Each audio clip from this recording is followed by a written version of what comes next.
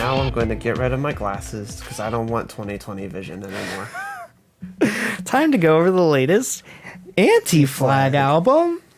2020 vision. No, you did it wrong. 2020 vision. Anti-Flag.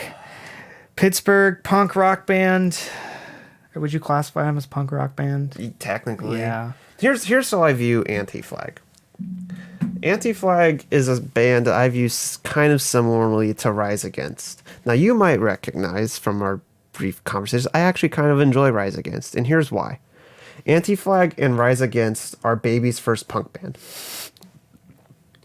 They are these, like, non-traditional, like, pop punk bands.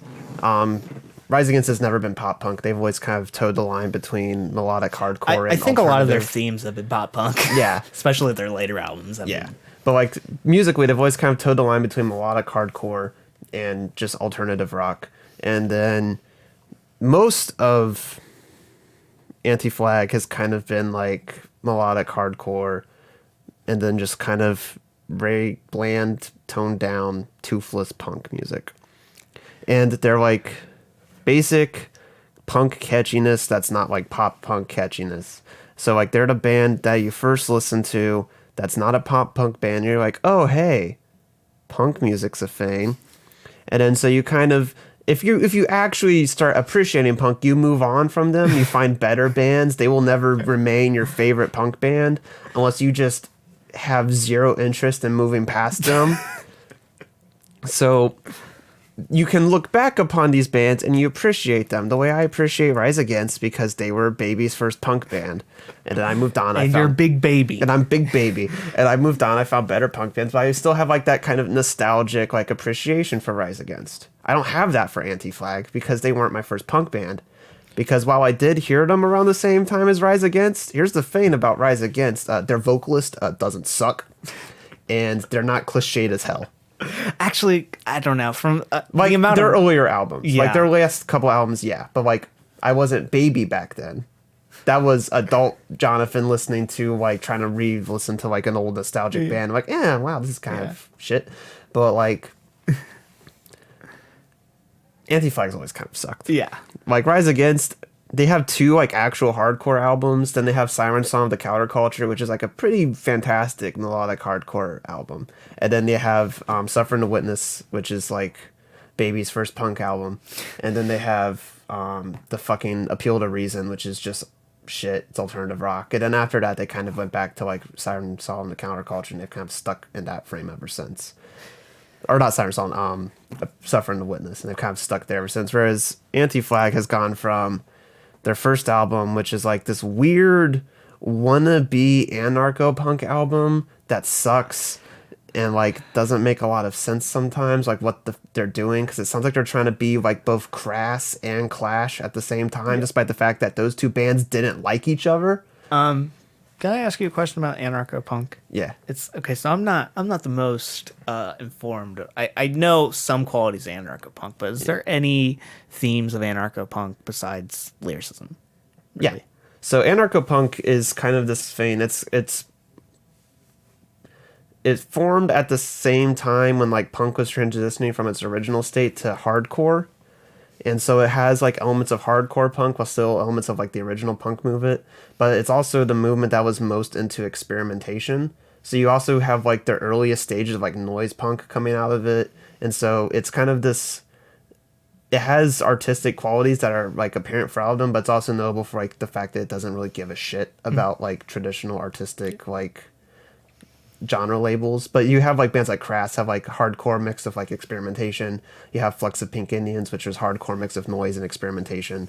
You have Conflict, which is more just hardcore along with like Subhumans, but like it's the combination of like the lyrical themes plus the more artistic looking at punk as like an actual art movement. Yeah.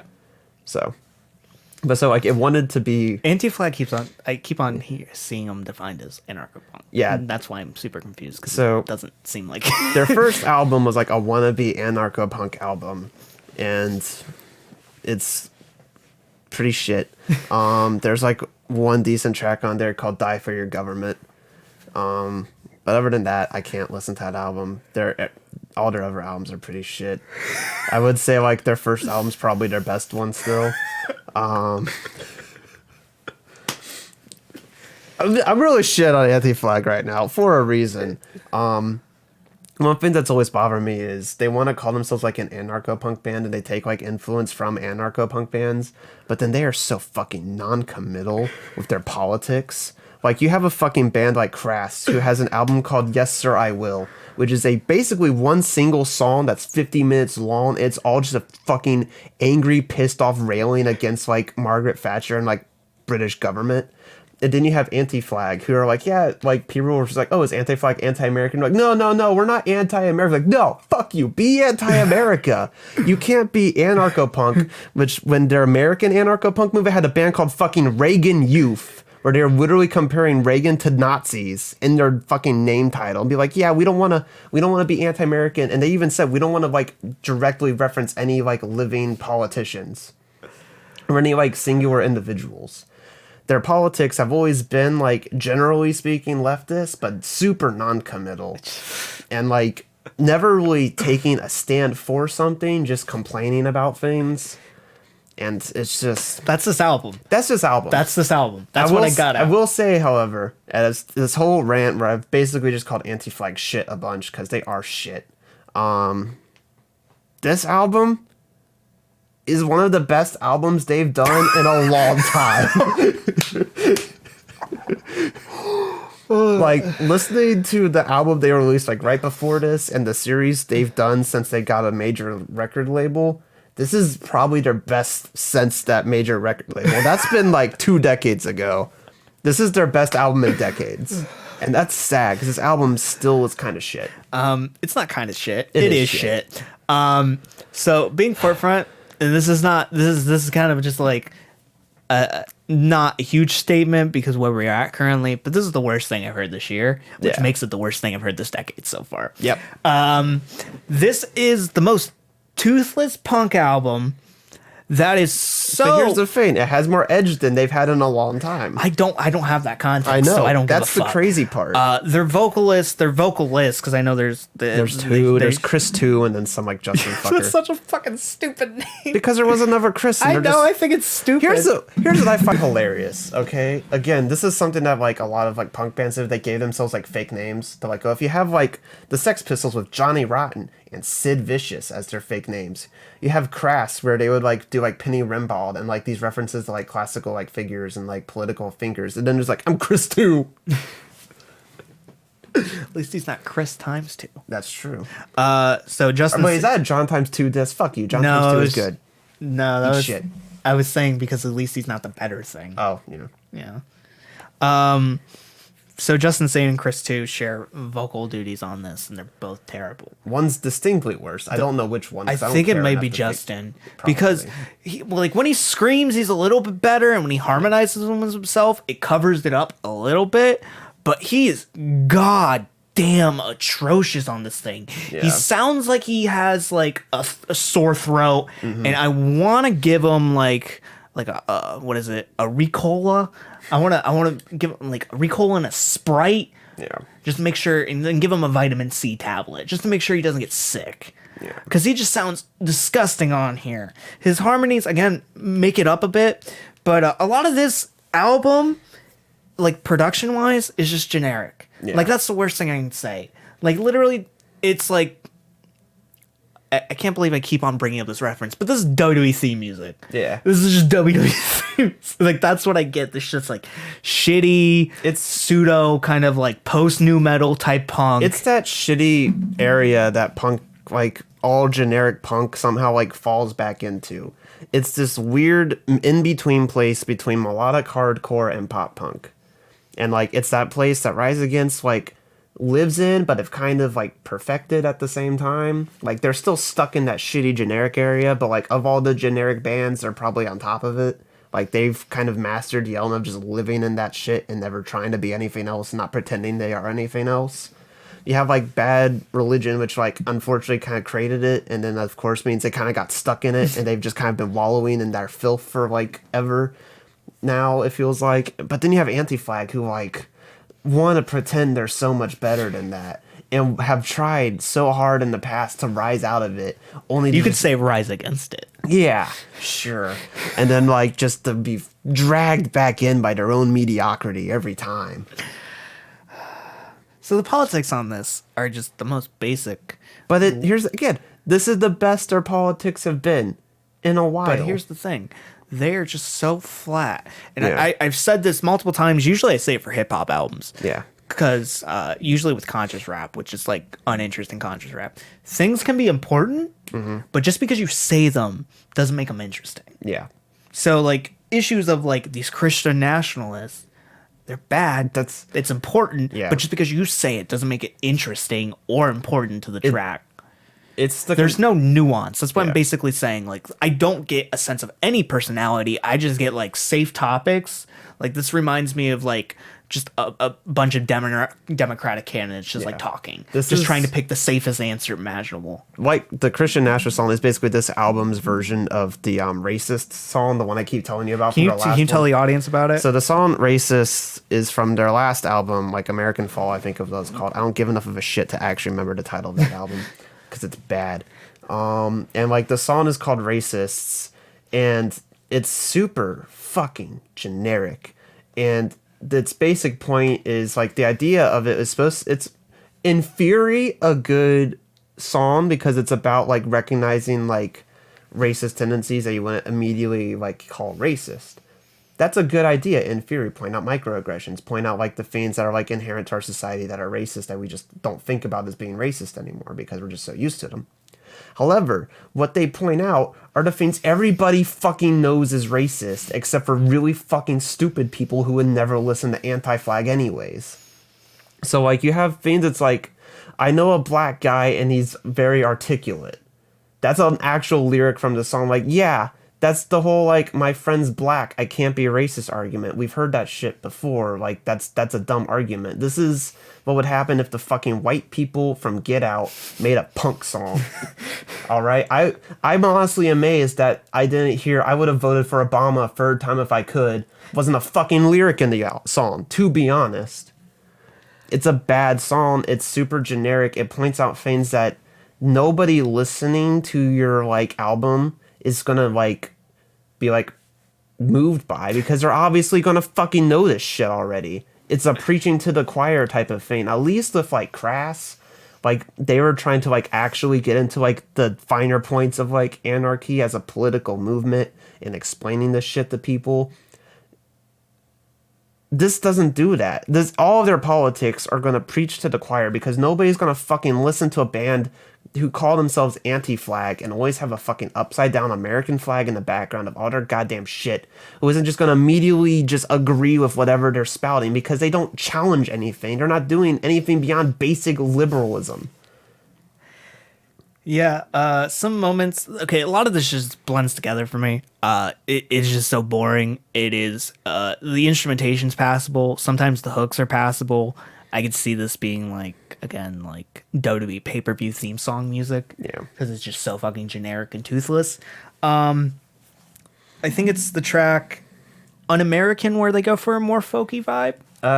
Is that the track, or is that "You Make Me Sick"? No, "You Make Me Sick" is the really shitty one. I'm pretty sure it's Un-American, I think. Goes for a more folky vibe, and it is disgusting. It's truly disgusting. But then, because like that style switch up shouldn't happen at all. No. Shouldn't. Also, I do want to talk about "You Make Me Sick" though. Here's the thing that I find hilarious about "You Make Me Sick." "You Make Me Sick" is basically the exact same idea as the fucking Psychic Warfare song from AJJ, except stupid, cliched, and completely uninteresting.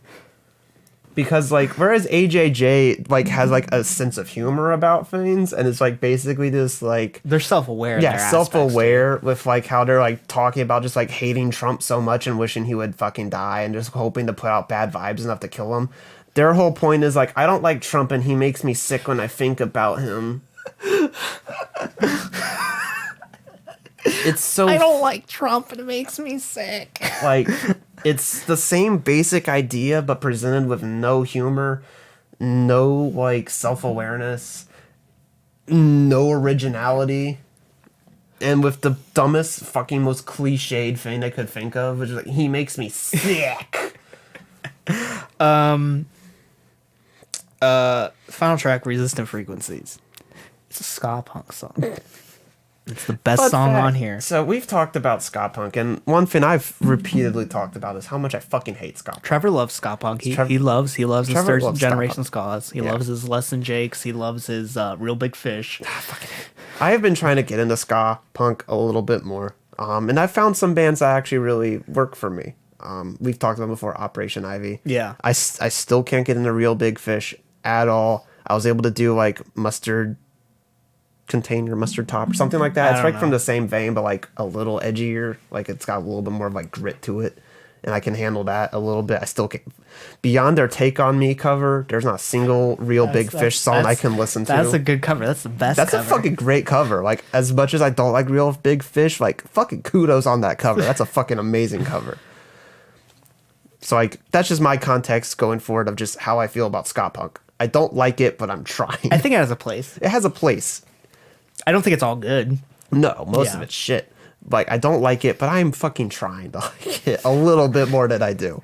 And so this final track, Resistant Frequencies, is a ska punk track, and it's honestly the best track on here. Mm-hmm. It makes their dated wokeness seem like it's from that era. Yeah. So it has a purpose because they are way too edgy across this entire fucking thing to be this old. They're way too old to be this fucking edgy. Yeah. And to be this fucking bland.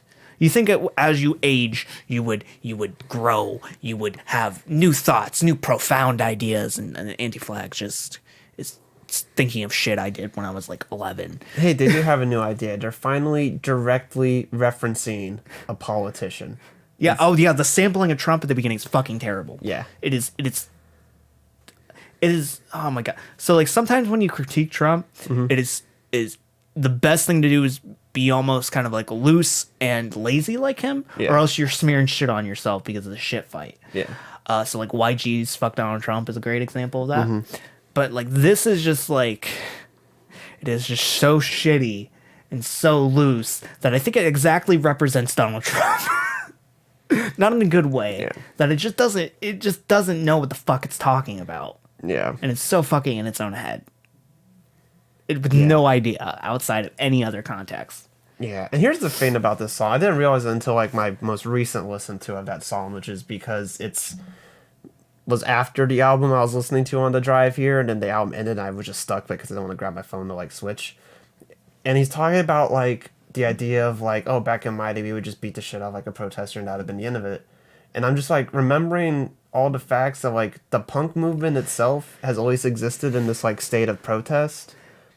But back in the original days of punk, his good old days, punk bands were routinely had the shit kicked out of them by cops, and their response was to come back the next day with a anti-cop anthem and just keep doing the same shit they were doing before. So like you could have had like an interesting song about the fact that like there is no like end to this. Like there will never be like a group that will like just be beaten down by him. Like this has never been a thing. This will never be a thing. Like we will never not stand down. You have an interesting concept behind that with that sample. Like using the history of punk music and the history of like counter like fascist protestism. And they don't. They just don't do that. I don't want to talk about this album anymore. I don't like it. I don't like it either. It's bad. Compared to on a scale to 93 Punks, it's not that bad. It's not 93 Punk's bad. It's not Sleeper Mod's bad. Here's how I'm gonna do it based purely on punk albums that I have personally reviewed on this channel. It is okay, not, Fantano. It is not 93 Punk's bad. It's not Sleaford Mod's bad, but it's worse than Bad Religion. Yeah. Yeah, I think it's pretty relatable. it's right around there with Blink 182. 82. That's what I was Yeah. gonna say. I think Blink 182 is a little bit worse. I think the score I'm gonna give it's a little bit lower than I gave Blink I 182. don't remember. But What did I give Blink? I gave it like a 3. I think. As time goes on, I hate that like even more. But I guess final words, something I've repeatedly said. This album is not a good album by any stretch of the imagination. It's a bad album. But It's shockingly, this is their best album in a while. it's comparing like a 1 to a 2. Yeah. Like it's a weird state for me because this is a band I don't have any nostalgic connection to. my nostalgia for this band is my hatred of this band. Like, that's how I connect to this band. It's like, oh, remember when I hated them when I was younger, and I still hate them now. That being said, every time I re-listen to this album, I hate it slightly less because, like, it shows me the idea of, like, progress for this band. Like, maybe one day there'll be a shitty Rise Against knockoff. Like, and so, like, this weird state where it's like, this album's bad, but I appreciate the fact that they're actually showing growth. They're showing growth. They're showing growth and, like, a little bit of sense of maturing finally after fucking, like, 2.5 decades of making music. Yeah. Like, it's way too little, way too late in the game for them. Because, like, they only have, like, a handful of albums left before they just die of old age. But, like, I appreciate the fact that, like, this is actually, like, compared to their older shit, like, it's decent. I'm not gonna say gooder or better, but it's more decent. It's closer to being decent. Okay. And, like, there's moments on here that, like, are, like, don't actually, like, repulse me. Like, I think the, like, chorus on Hate Conquers All is actually one of the best choruses they've ever written. Yeah. Which is, like, it's terrifying that that's one of the best choruses they've ever written. So, like, it's so weird because unlike all their previous albums, like, I didn't thoroughly hate every single moment of it. There's, like, brief moments of, like, this isn't awful. Yeah. And I hate the fact that, like, this is a band that I've hated so much, and I see growth from them finally. A little bit. I hate that Just fact. a little bit. I think that makes me hate this album more. Keep in mind all scores are futile and meaningless. Let's never do that again. I don't like that. That freaks me out. I do want to reiterate that one thing. It's not the politics of this album that, like, pissed me off. Like, a lot of people hate Anti-Flag because, like, oh, they're so political. Like, why can't they just leave politics out of music? Which is fucking stupid. This is not the only punk album reviewed negatively that has politics that we've agreed with. Like, we agree with the politics of 93 Punk. Yeah, they were badly... Some of them. No, but, like, in the idea of, like... Yeah, the anti, like, internment camps and, like, the general, like, anti-current It's just poorly written and just poorly made. Sleeper Mods is I agree. Yeah, I like their politics. I just hate the way they present them if they're musically speaking. Yeah. And, like, I agreed with the politics of Bad Religion. It's a shitty album. I agree with the politics of this. It's bare bones fucking politics, I guess. It's like base minimal liberalism politics, which I am so fucking far left of basic liberalism that, like, it's almost insultingly, like, centrist at this point, like their politics are.